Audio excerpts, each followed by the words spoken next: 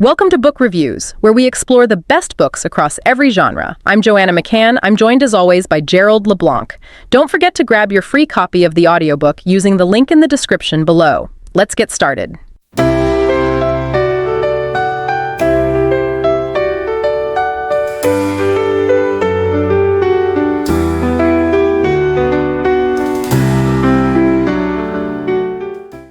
Ever wish your mind could be tough, like an Olympian's body, ready for anything? Mm-hmm. That's kind of the whole idea behind Stoicism. Okay. It's this philosophy that's surprisingly relevant even now. Yeah. So you shared some excerpts with us from the Daily Stoic, Okay. which is distilling wisdom from all these big names, Marcus Aurelius, Seneca, Right. Epictetus. Yep. So what we're going to do in this deep dive is unpack some of those key principles. Okay. And then explore how you can actually use them to navigate today's world. Yeah, that's cool. Whether you're facing a tough decision or just feeling totally overwhelmed or just want a more resilient mindset, Uh-huh. This deep dive is all about finding clarity, purpose, and maybe even some inner peace. It's amazing how Stoicism, it was developed centuries ago, Right. offers such practical advice for the challenges we face in the 21st century. I know.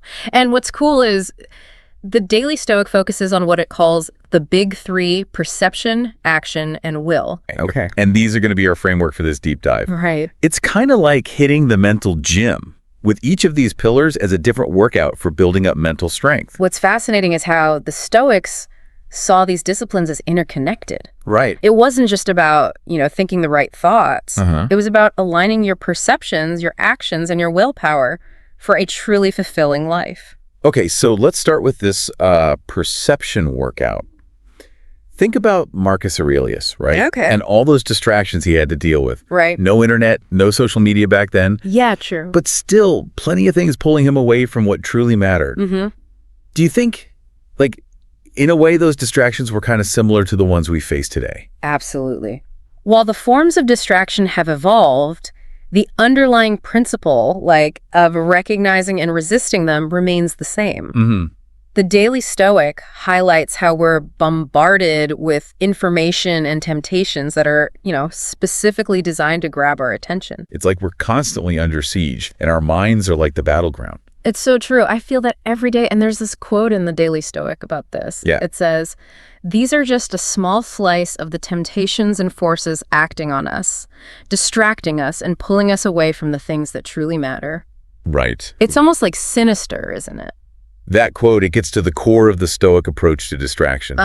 It's about recognizing the forces that are vying for control of our minds, Yeah. right? And consciously choosing to resist them. Okay. Instead of just reacting to every notification or every headline, Mhm. we can decide what actually deserves our attention. Okay, so how do we actually do that? Control our perceptions sounds great in theory, but our world is it's designed to manipulate those perceptions. Well, that's where this idea of fantasia comes in. Okay. The Stoics understood that our minds are they're constantly bombarded with impressions. That's the fantasia from our senses, But they didn't believe we have to be slaves to those impressions. Mm-hmm. Instead, they taught that we can examine them, we can question them, Right. and choose whether to accept them as true or not. So it's like having a bouncer at the door of our minds, Yeah. deciding what gets in. And that bouncer is our reason. Oh, okay. Instead of blindly accepting every thought or emotion that comes along, Right. we can pause, we can evaluate, and then we choose our response. Okay. This is where that Stoic quote about guarding our perceptions comes in. Keep constant guard over your perceptions, for it is no small thing you are protecting, but your respect, trustworthiness, and steadiness, peace of mind, freedom from pain and fear, in a word, your freedom. Wow. For what would you sell these things? That quote, it really makes you think it's so easy to get caught up in the external world, but maybe the real battle is within our own minds. Absolutely. And because we have that power to choose our perceptions, the Stoics realized that true freedom and happiness come not from chasing external validation, Yeah. money status, other people's opinions, Right. but from mastering our own inner world. And there's that anecdote in the Daily Stoic about F. Scott Fitzgerald and how he realized the wealthy weren't fundamentally different. They just had more money. Oh, okay. It just seems like he was chasing all that external validation, but ended up disillusioned. That's a perfect illustration of the Stoic perspective. Yeah. Seneca, one of the wealthiest men in Rome, understood that money doesn't solve those, like, internal issues that people often think it will. True wealth and freedom come from wanting what you already have and focusing on what you can control, which is your own mind. Interesting. This leads us to that second pillar of Stoicism, action. Okay. What's interesting here is that for the Stoics, action wasn't just about, like, doing things. It was about acting with virtue. Virtue. That sounds a little, like, old-fashioned, doesn't it? What does that even mean in a modern context? For the Stoics, virtue was about living in accordance with reason and nature. Okay. It included qualities like, wisdom, justice, courage, and temperance. Okay. They believed that by aligning our actions with virtue, we contribute to the common good, and we live a more fulfilling life. So it's not just about what we do, but why we do it. Precisely. Like the motivation behind our actions. Stoicism emphasizes reasoned choice. Okay. Before reacting to a situation, you pause and you ask, is this within my control? Okay. What virtue is being called for in this situation? Interesting. It's about choosing our response rather than reacting impulsively. I'm starting to see how all of this, like, connects. Yeah. By controlling our perceptions, we gain clarity. Right. By acting with virtue, we find purpose. But what about that third pillar, will? Right. Where does that fit in? Willpower is the fuel for living a Stoic life. Oh, it's the ability to overcome challenges, resist temptations, and persevere in the face of adversity. Okay. It's what allows us to act on our reasoned choices and live according to our values, even when it's difficult. This all makes sense to me, but how do I know what to do when things are, like, clearly outside my control? Like, if something bad just happens. The Stoics talk about developing indifference to what we can't control. Okay. The Daily Stoic puts it this way. Of all the things that are, some are good, others bad, and yet others indifferent. The good are virtues, and all that share in them. The bad are the vices, and all that indulge them.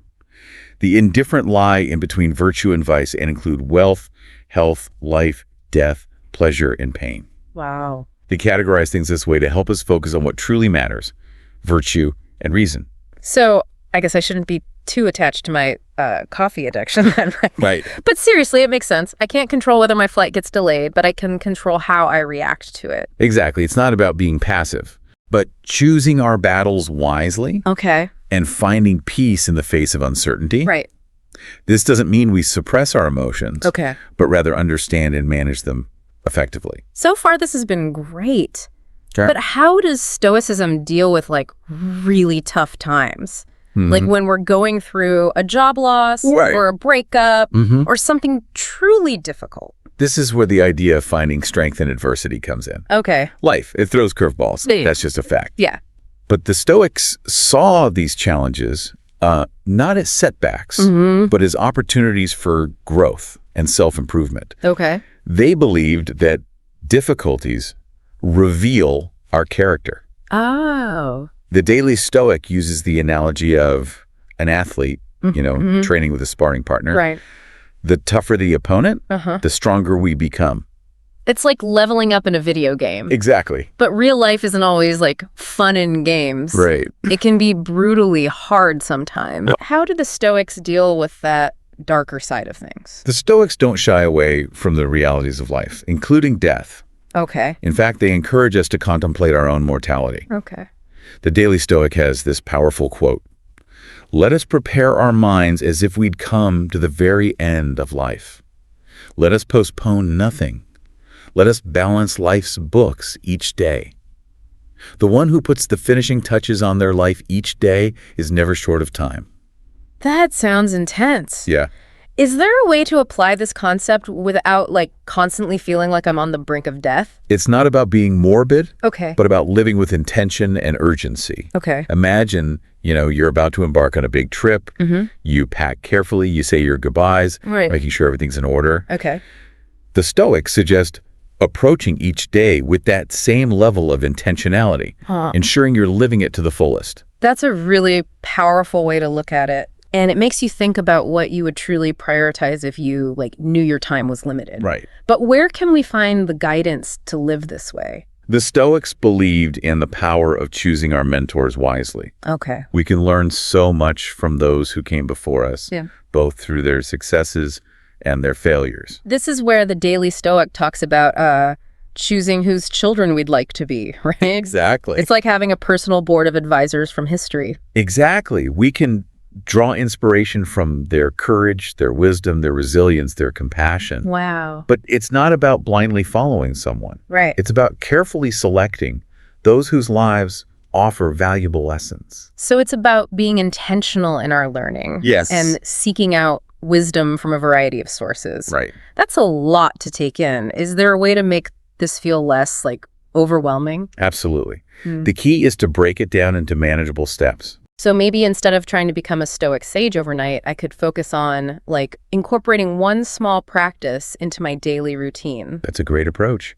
And we'll explore some practical techniques in part 2 of this deep dive. This has been an incredible start to our deep dive into Stoicism. You've given me a lot to think about. I can't wait to see what other insights await us in part 2. Me too. Welcome back to our deep dive into Stoicism. It feels like we've covered a lot of ground already, but I'm excited to start putting some of these principles into practice. That's the beauty of Stoicism. It's not just like a philosophy to contemplate. Right. It's a way of life, to be lived. Yeah. So in this part, we'll explore some specific techniques and exercises that you can use to cultivate a more Stoic mindset. Okay. I'm ready for some mental weightlifting. Where do we start? Let's go back to the idea of living each day as if it were our last. Okay. We talked about, approaching each day with intention and purpose, like preparing for a big trip. Right. But the Daily Stoic suggests taking it even further. Okay. And treating each task as if it were your last. So instead of focusing on the grand finale of life, I should be thinking about each email or phone call as my last. Yeah. That honestly sounds a little overwhelming. I understand where you're coming from, but think about it this way. Yeah. Imagine pouring your heart and soul into every interaction, every piece of work, even the mundane chores, as if you wouldn't get another chance. Right. Yeah. How would that change your approach? I'd probably slow down. Yeah. Be more present, less likely to cut corners. Right. I'd savor those moments instead of rushing through them. Precisely. Yeah. It's about bringing intentionality and focus to everything you do. Okay. And appreciating those small moments instead of just taking them for granted. This practice also helps us to tap into the Stoic idea of finding the good in everything. So even when things are tough, there's always something to appreciate. Right. I'll admit I can be a bit of a glass half empty kind of person sometimes. It's not about denying the difficulties, but about actively choosing to focus on those positive aspects, however small they may seem. Okay. And this isn't just like some Pollyanna-ish thinking. Right. It's about training our minds to see the world differently. Yeah. It makes me think about the story of Nelson Mandela. Who maintained his dignity, and even found meaning in the midst of his imprisonment. Yeah. He didn't let his circumstances define him. It's true. He found ways to assert his will and focus on what he could control. Mandela's example, it perfectly embodies the Stoic principle of finding strength in adversity. Yeah. It's about recognizing that we always have a choice in how we respond to challenges. It sounds like a superpower. Yeah. But I'm not sure I have that level of mental fortitude. Are there any practical exercises that can help, help build up that kind of inner strength? One technique that the Daily Stoic highlights is negative visualization. Okay. I know the name sounds a bit unsettling, but...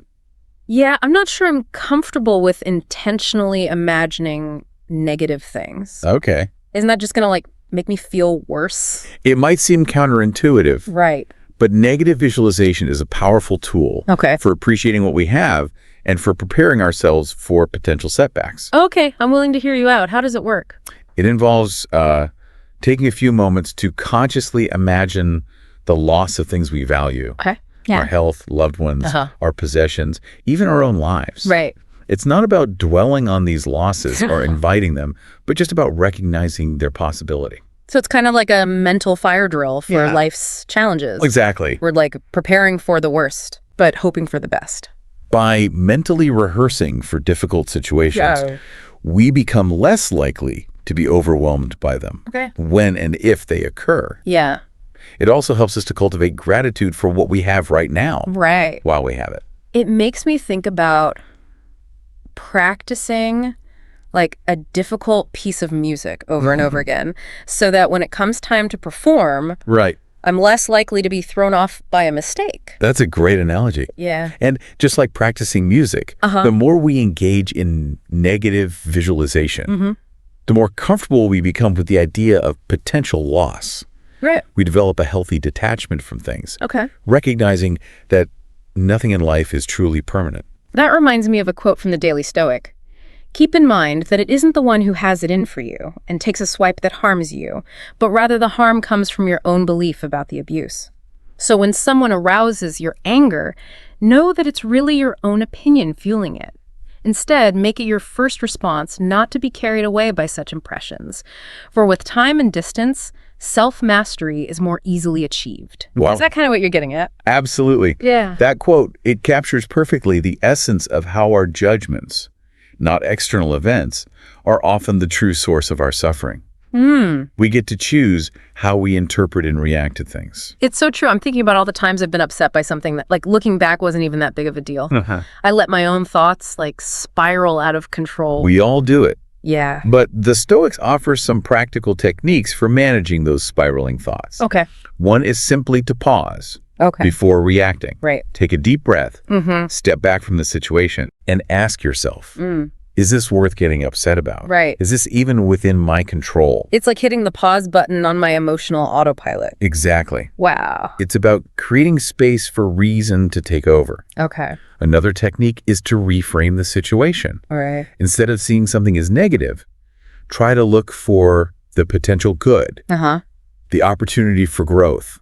So if someone cuts me off in traffic, instead of getting angry, I could reframe it as a chance to, like, practice patience. Precisely. Or maybe you use that extra time to, like, appreciate the music on the radio or to simply enjoy the scenery. Okay. It might feel strange at first, but with practice, reframing can become a powerful tool for shifting our perspective. I'm starting to see how, like, all of this is connected. Yeah. You know, negative visualization helps us to appreciate what we have and prepare for challenges. Pausing before reacting gives us time to choose our response. Reframing helps us find the good in difficult situations. It's all about building those mental muscles and creating a more resilient mindset. It's starting to feel like a real workout. Yeah. But I like that analogy. Yeah. Just like with physical exercise, we need to be consistent and put in the effort to see results. Do you have any other exercises that can, like, help us build our stoic strengths? Absolutely. Remember our discussion about choosing our role models wisely. This is another powerful tool for growth and inspiration. Oh, yeah. The choosing whose children we'd like to be idea. I love that. By studying the lives of people we admire, both from history and from our own lives, we can gain valuable insights into how to live with purpose and integrity. We can draw inspiration from their courage, their resilience, their compassion. It's like having a personal board of advisors to guide us. But how do we choose the right role models? It's easy to get caught up in, like, celebrity culture or to idealize people who might not be so virtuous after all. You're right. Discernment is key. Okay. Look for individuals who embody the values you aspire to. Virtue, reason, justice, compassion, strength of character. Right. And remember, nobody's perfect. Even our role models, they have their flaws and failures. So it's not about, like, blindly following someone, but about carefully selecting those whose lives offer valuable lessons and insights. Exactly. It's about being intentional in our learning and seeking out wisdom from a variety of sources. And this ties into another key aspect of Stoicism, the importance of self-reflection and continuous learning. This is where the Daily Stoic itself comes in, right? It's not just a book to like read once and put away. It's like an ongoing practice. The Stoics believed that philosophy is a lifelong pursuit, a continuous journey of self-discovery and growth. Right. We're constantly evolving and learning. So it's about making Stoicism like a part of our daily routine. Yeah. Like brushing our teeth or exercising. That's a great way to put it. The more we engage with these principles, the more they become ingrained in our thinking and behavior. But remember, Stoicism is not just about thinking or feeling. It's about doing. It's about aligning our actions with our principles. Okay, that makes sense. But where does action fit into all of this? Like, how do we actually translate all this Stoic wisdom into, like, concrete action? The Stoics provide a simple but powerful framework. Focus on what's within your control and let go of what's not. This means directing our energy toward our own thoughts, actions, and choices, and accepting the things we can't change. That reminds me of the serenity prayer. Grant me the serenity to accept the things I cannot change, courage to change the things I can, and wisdom to know the difference. The Stoics would wholeheartedly agree. It's about focusing our efforts where they can make a real difference in our own sphere of influence. So instead of worrying about the weather or traffic, which we can't control, we can focus on leaving early or bringing an umbrella. It's about being proactive and taking responsibility for our own choices and actions. Exactly. But what about situations where we feel powerless? Where it seems like there's nothing we can do. How can Stoicism help us then? Even in the most challenging circumstances, we always have a choice. We can choose our response. This goes back to the idea that our judgments, not the events themselves, are the true source of our suffering. Precisely. Even when we can't control what happens to us, we can control how we interpret it and how we respond. We can react with anger, frustration, despair. Or we can respond with reason, acceptance, and resilience. But how do we cultivate that level of mental and emotional strength? It's easy to say, choose your response, but it's so much harder to do it in the heat of the moment. That's where the Stoic practices of self-awareness, self-discipline, and self-control come in. It's about training our minds, just like we train our bodies, to pause, reflect, and choose the most virtuous course of action. So it's about building mental muscle through practice and repetition. Exactly. And remember, just as with physical exercise, we might not see results immediately. It takes time, effort, and consistency. But the more we consciously choose to respond with reason and virtue, the stronger those mental muscles become. I love that analogy. It makes Stoicism feel less like an abstract philosophy and more like a practical set of tools for everyday life. And that's precisely what it is. Stoicism is not meant to be an ivory tower philosophy. It's meant to be lived, practiced, and embodied in our actions. It's about bringing these ancient teachings into the real world and using them to navigate the challenges of our modern lives. This has been incredibly helpful, but I know there's more to explore, particularly how we can apply these principles to our relationships with others and our own personal growth. You're right. Those are essential aspects of a Stoic life. We'll dive into those topics in the final part of our deep dive. I'm eager to learn more. I feel like I'm already starting to see the world a little differently. Me too. Welcome back to our deep dive into Stoicism. In the last two parts, we talked about training our minds like athletes, building strength and resilience. But there's this one big challenge we haven't really tackled yet, how Stoicism approaches the idea of death. It's interesting that you bring that up. A lot of people might think that a philosophy focused on reason and virtue would try to avoid such a heavy topic. But the Stoics actually saw confronting mortality as a key part of living a good life. I can see how some people would rather not think about it. Yeah, true. But I'm curious how contemplating death can actually lead to a more fulfilling life.